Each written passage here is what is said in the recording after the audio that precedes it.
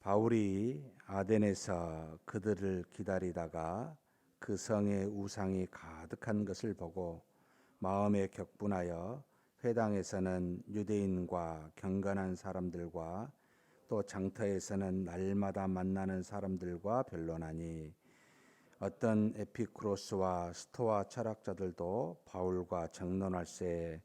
어떤 사람은 이르되 이 말쟁이가 무슨 말을 하고자 하느냐 하고, 어떤 사람은 이르되 이방 신들을 전하는 사람인가 보다 하니, 이는 바울이 예수와 부활을 전하기 때문이라라.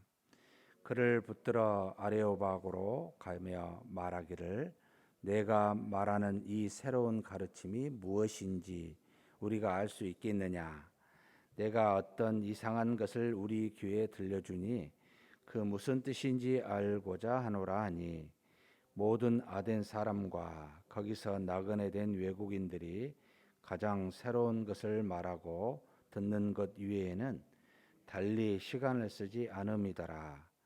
바울이 아레오바고 가운데 서서 말하되, 아덴 사람들아, 너희를 보니 범사에 종교심이 많도다. 내가 두루 다니며 너희가 위하는 것들을 보다가 알지 못하는 신에게라고 새긴 단도 보았으니, 그런즉 너희가 알지 못하고 위하는 그것을 내가 너희에게 알게 하리라. 우주와 그 가운데 있는 만물을 지으신 하나님께서는 천지의 주되시니 손으로 지은 전에 계시지 아니하시고, 또 무엇이 부족한 것처럼 사람의 손으로 섬김을 받으시는 것이 아니니, 이는 만민에게 생명과 호흡과 만물을 친히 주시는 이심이라. 인류의 모든 족속을 한 혈통으로 만드사 온 땅에 살게 하시고 그들의 연대를 정하시며 거주의 경계를 한정하셨으니, 이는 사람으로 혹 하나님을 더듬어 찾아 발견하게 하려 하심이로되, 그는 우리 각 사람에게서 멀리 계시지 아니하도다. 우리가 그를 힘입어 살며 기동하며 존재하느니라. 너희 시인 중 어떤 사람들의 말과 같이 우리가 그의 소생이라 하니, 이와 같이 하나님의 소생이 되었은즉 하나님을 금이나 은이나 돌에다 사람의 기술과 고안으로 새긴 것들과 같이 여길 것이 아니니라. 알지 못하는 시대에는 하나님이 간구하셨거니와 이제는 어디든지 사람에게 다 명하사 회개하라 하셨으니, 이는 정하신 사람으로 하여금 천하를 공의로 심판할 날을 작정하시고 이에 그를 죽은 자 가운데서 다시 살리신 것으로 모든 사람에게 믿을 만한 증거를 주셨음이니라 아니라. 그들이 죽은 자의 부활을 듣고 어떤 사람은 조롱도 하고 어떤 사람은 이 일에 대하여 내 말을 다시 듣겠다 하니, 이에 바울이 그들 가운데서 떠나매 몇 사람이 그를 가까이하여 믿으니, 그 중에는 아레오바고 관리 디오두시오라 다말이라 하는 여자와 또 다른 사람들도 있었더라. 아멘. 사도행전 16장부터 바울의 이제 2차 전도 여행이 시작이 됩니다. 안디옥에서 바울과 실라가 파송을 받고, 그리고 1차 전도 여행 때 다녔던 곳을 다니다가 드로아에서 성령으로 말미암아 환상을 보고 결국은 이제 배를 타고 거리는 멀지 않습니다만 마게도냐 지방으로 가게 됩니다. 그래서 들어간 첫 번째 지방이 이제 빌립보 지방인데, 여기는 이제 로마의 군대가 주둔하고 있는, 그래서 속국이긴 하지만 로마의 군인으로 조제하게 될 때는 그 군인이라는 게 뭐 우리처럼 몇 년이 아니고 거의 한 평생에 가깝게 15년에서 뭐 25년 사이까지 이렇게 있을 정도로 이제 복무하게 되는데, 그 군인들에게는 로마에서 그 이제 봉급을 줄 뿐만 아니라 로마의 인으로서 그 자격을 주게 됩니다. 그래서 굉장히 큰 어떤 이제 그 로마 제국 안에서는 대단한 신분적인 위치를 보장받게 되죠. 그래서 그 빌립보에서 복음을 증거하는데 복음을 증거하는 하나님의 환상을 통해서 빌립보가 기도할 만한 곳을 찾지 못해서 성 밖으로까지 가는 하나님의 명령으로 갔지만 환경은 복음을 증거할 만한 곳이 못했다는 겁니다. 바울이 주로 전도하러 다니는 곳은 이방인의 사도로서 이방인은 갔지만 곳곳에 유대인들이 있어서 유대인이 성인 남성 5명 이상만 있으면 회당을 가지고 있는데, 그래서 회당에 안식일에 모이는데 거기 가서 복음을 증거하는데, 이 빌립보에는 이곳도 되지 않아서 복음을 그곳에서 증거한 모습이 안 나타납니다. 그래서 성문 밖에 자주장사, 자주색 옷감 장사가 정확한 건데, 거기서 이제 드로아라는 여인을 만나고 그에게 복음을 증거하게 되고, 그리고 또 성중에서 복음을 증거하다가 감옥에 갇히게 되어서 그곳에 바울과 실라가 기도하여 여러 가지 이적들이 나타나자 간수가 자결하는 것을 막고 그 간수와 그 가족에게 세례를 주어 복음을 증거함으로 빌립보 교회가 이제 탄생하게 됩니다. 그 뒤로 어떻게 발전했는지는 알 수 없지만, 그러나 많은 사람들이 계속 핍박하니까 결국은 이 빌립보에서 이제 그 다음으로 간 곳이 이제 마게도냐는 앞에 우리가 읽지는 않았습니다만 3주, 그러니까 3주간의 회당에서 복음을 증거하는 일들이 일어나게 됩니다. 이 데살로니가에서 복음을 증거하는데 많은 헬라인들과 적지 않은 귀부인들이 믿게 됩니다. 이 적지 않은 귀부인들이 누굴까라고 할 때는 우리는 뭐 정확하게 알 수는 없습니다만, 아마도 그 누가복음 8장입니까? 8장에 보면 헤롯의 청지기 구사의 아내 요한나, 또 한 사람 수산나 이렇게 있는데, 이런 사람들이 아마 여기서 믿지 않았을 거라고 추정합니다. 믿는데 반대로 이제 자신의 동족이었던 유대인들은 반감을 가지고 이제 그를 핍박합니다. 아손이라고 하는 형제의 집에 있는데 그곳에서 늘 모였던 모양이에요. 이 바울과 실라와 디모데를 찾아가지고 어떻게 해보려고 하는데 없으니까 성읍에 있는 그 읍장들에게, 그러니까 성의 그 작은 도시 같아요. 거기에 있는 장에게 말해서 예수라고 하는 왕을 따르는 사람 존재가 있다. 당시 왕이라고 이렇게 지칭을 하게 되면 반역이 돼요. 그래서 로마의 제국에서 절대로 통치자는 로마의 어떤 왕이었었던 가이사도 사실은 정식 이름은 아니죠. 어찌됐든 그 외에는 어떤 것도 허용하지 않는데 왕이라고 하는 예수를 따른다라고 해서 소동을 일으켜가지고 잡히게 되는 일이 일어나고, 그래서 보석금으로 이 아손과 몇 형제가 풀려나게 되고, 결국은 바울의 일행은 이 데살로니가 있지 못하고 마게도냐의 또 다른 지방인 베레아로 가게 됩니다.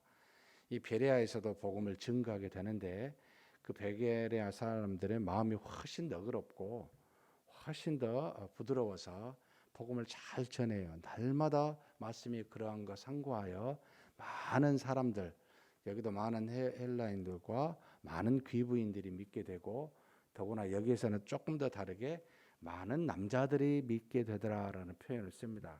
그러니까 복음이 증거되면 먼저 여성들이 잘 받아들이는 모양입니다. 그때나 지금이나 마음이 남자들이 이게 다른 여성들보다 더 단단하다 해야 되나요? 그래서 뒤에 이제 따라 믿는 이런 모습을 나타내는데, 이곳에서도 이제 결국은 이 베레아에 있는 유대인들이 데살로니가에 있는 유대인들이 이 베레아에서도 바울이 복음을 증거한다는 소식을 듣고 사람을 보내서 또 소동시켜서 결국 거기서도 오래 있지 못하고 떠나게 되고, 거기서는 이제 바울만 이 베레아에서 어떤 사람들, 인도하는 사람들이 아덴에, 이제 사실 지방이 달라지는데 아가야 지방의 아덴, 지금의 아테네와 같습니다. 그곳으로 인도하게 됩니다. 실라와 디모데는 이 베레아에 두고, 아마도 많은 사람들이 날마다 말씀을 상고하고 그 말씀에 대해서 그러한가라고 하는 그런 마음을 갖고 있어서 바울은 피신하지만 두 사람은 두어 좀 더 가르치게 하는 그런 어떤 일들이 있었던 것으로 추정이 됩니다. 그래서 아덴에 오고 인도한 사람들을 보내면서 바울이 속히 아덴에 와보니까 우상이 가득해요. 마음이 격분이 일어나요. 하나님 주신 마음입니다. 우리는 종종 감사, 기도 또는 기쁨, 이게 이제 사실 하나님 앞에서 우리의 마음이잖아요. 그런데 우리는 항상 기쁨만 있는 건 아니에요. 하나님 주신 마음으로 우상을 볼 때는 격분해야 돼요. 그리고 또 죄를 보거나 상처받은 사람을 보면 애통해야 돼요. 사실 이것이 우리의 양면성인데, 하나님 주신 그 격분을 가지고 이제 복음을 증거합니다.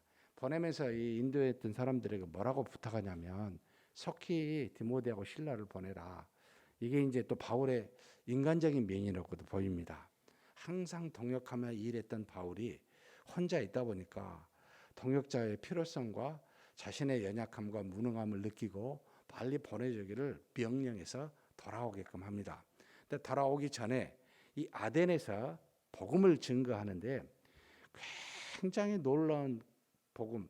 지금 사도행전 2장에 베드로가 성령의 역사하여 임재하여 증거하는 설교, 전체는 아니겠지만 대략적인 설교가 이 2장에 나타나 있고, 바울이 다니면서 복음을 많이 증거했다라고 나오는데 복음의 내용에 대해서는 많이 안 나와요.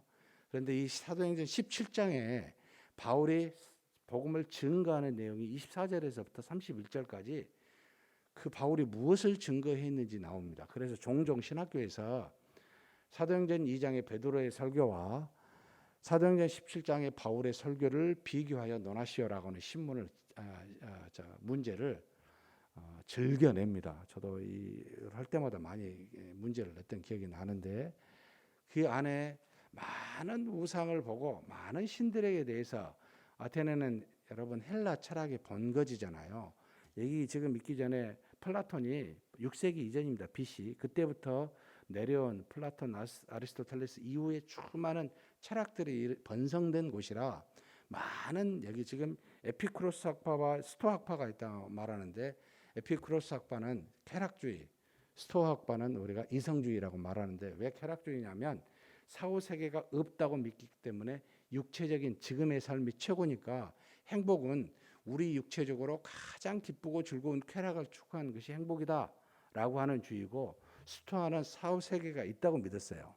그래서 우리에게 남아있는 이성, 이것은 육체가 죽어도 죽지 않고 없어지지 아니한다. 그래서 이 이성에 따라 금욕주의를 굉장히 강조했었던 그런 어떤 철학적 학파의 분류입니다. 이들이 바울이 예수와 부활을 전합니다. 거기서 예수와 부활을 전하니까 이게 무슨 소린고 이렇게 들어요. 그래서 찾아와 가지고 설명해 보라고. 그래서 말한 설교가 24절에서부터 31절까지 쭉 설교를 말하는데, 그 내용을 간략하게 분류하면, 베드로가 설교할 때는 하나님의 유대인들이기 때문에 유대인들이 알고 있는 구약의 말씀을 가지고 그 말씀이 예수 그리스도로 성취되었음을, 그래서 고난받고 죽으시고 부활하신 것에 대해서 증거합니다. 그런데 이것은 말씀을 통해서 유대인들이 가지고 있는 지식을 이용한 거고, 이 지금 아덴에 있는 사람들은 또한 그들을 가지고 있는 지식을 이용한데, 철학적 지식, 사후 세계에 대한 지식, 삶의 행복에 대한 지식이기 때문에 신에 대해서 이야기를 합니다. 하나님에 대해서 이야기를 합니다. 하나님이 사람의 손으로 너희들이 이렇게 지어놨는데 어떻게 모든 만물을 지으시고 사람에게 생명과 호흡과 기동하게 하시는, 그리고 사람이 그의 소상이라고 너희들 중에 말하는 사람이 있는데 어떻게 그런 신이 사람으로 만들어진 고안된 것으로 보여질 수가 있고 그런 전에 살 수가 있겠느냐, 거할 수가 있겠느냐, 생각해봐라 너희 이성들을 가진 자들이여, 이렇게 묻는 겁니다. 정확하게 찝는 거죠. 그 하나님이 바로 심판하러 이제 오셨는데, 심판하시기 위해서 한 사람을 보냈다. 예수란 말을 직접 증거하지 않았어요. 그러면서 그를 통하여 심판하는데, 그에게 그가 정한 것에 따라 죽어서 다시 살아난 분이다라고 말하여 그들의 호기심을 자극하면서 복음을 증거합니다. 그래서 그것을 가지고 뒤에 보니까 몇 사람이 변화되는 일들이 일어나고, 어떤 사람은 조롱하고 떠나고, 죽은 자가 다시 살아난다 하니까 이제 믿어지지 않는 거죠. 사랑하는 성도 여러분, 제가 이렇게 말씀을 드린 이유는, 우리 교육자들도 마찬가지입니다만 저도 늘 설교를 할 때, 복음을 증거할 때 과연 앞에 있는 여러분들이 어떤 생각을 하고 있는가? 성경의 본문의 말씀이 내용도 굉장히 중요합니다. 근데 동시에 듣고 있는 사람들의 내용이 어떤 사고인가 이것을 잘 알지 못하면 엉뚱한 이야기를 하게 됩니다. 유대인에게 여러분 이렇게 이야기하면 웃긴 이야기가 되고, 헬라인들에게 구약의 본문 갖고 말하면 엉뚱한 이야기가 돼버립니다. 그래서 하나님을 사랑하고 이웃을 사랑한다라고 하는 이것은 복음을 증거할 때도 통일하게 같이 가져가야 되는 균형이 되고, 여기 계신 성도님들도 마찬가지입니다. 세상에 무엇을 가지고 복음을 증거해야 되겠습니까? 말씀인데 저들이 알지 못하니까 신에 대해서 말하고 인생에 대해서 말하고, 그 인생에 바른 길을 주는 분이 이 땅에 육신으로 오신 하나님의 아들 예수 그리스도요, 우리의 죄를 해결하시기 위해 죽으시고 우리에게 생명을 주시기 위하여 3일 만에 다시 살아나셨습니다라고 하는 이 기본적인 복음에 대해서 증거하는 것이 우리의 몫입니다. 이것을 말로뿐만 아니라 우리가 행함으로도 해야 되지 않겠습니까? 하나님이 우리에게 때로는 고난을 주시면서 이 고난을 해결받음으로 하나님이 살아계신다는 것을 우리에게 가르쳐 주시고, 너도 그 고난을 해결받은 너가 고난받는 사람에게 너의 말을 증거해라고. 그래서 때로는 우리에게 심각한 어려움들을 주시기도 합니다.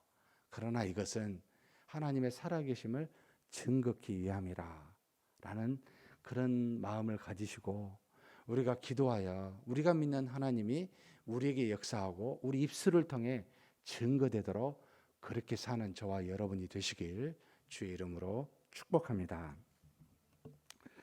하나님 아버지 감사합니다.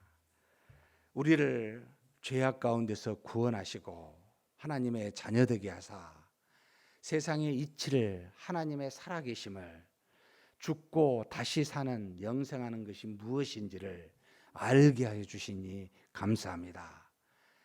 에피쿠로스 학파의 사람들과 같이 이 땅에 존재하는 동안만이 최고라고, 사후의 세계가 없다고 생각하여 육신의 쾌락과 기쁨만을 추구했던 저들 세상에 무수히 많습니다.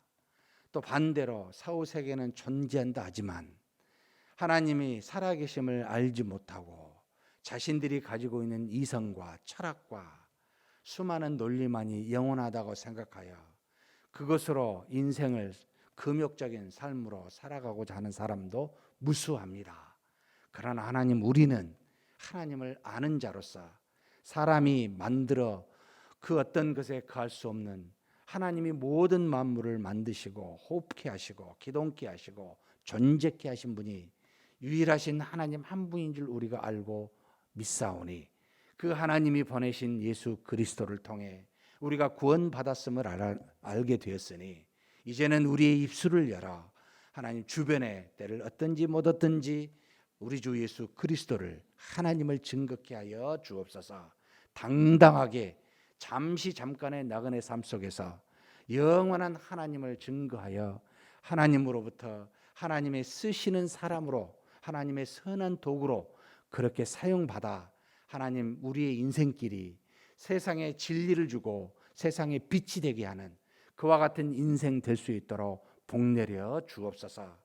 우리의 문제가 있어 하나님께 기도하지 않을 수는 없으나 우리의 사소함과 먹고 마시는 일에 붙잡혀 거대한 하나님의 진리를 잃어버리거나 망각하는 어리석은 일이 없게 도와주시고, 어디를 가든지 바울처럼 하나님 우상을 보거든 격분하게 도와주시고, 누구든지에게 복음을 증거하는 변론할 수 있는 담대함을 우리에게 허락하여 주시옵소서.